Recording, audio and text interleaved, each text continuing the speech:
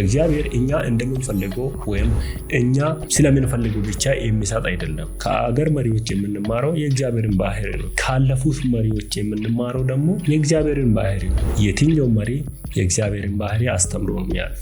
በእኛ ህይወት ላይ ሁሌም የቅርብ መሪያችን እግዚአብሔር ነው፣ የአገር መሪ አይደለም። በመንገዶቻችን ላይ የቅርብ መሪያችን እግዚአብሔርና የእግዚአብሔር መንፈስ ነው። ዕለት ዕለት የምንጠይቀው የአገርን መሪ አይደለም፣ እግዚአብሔርን ነው።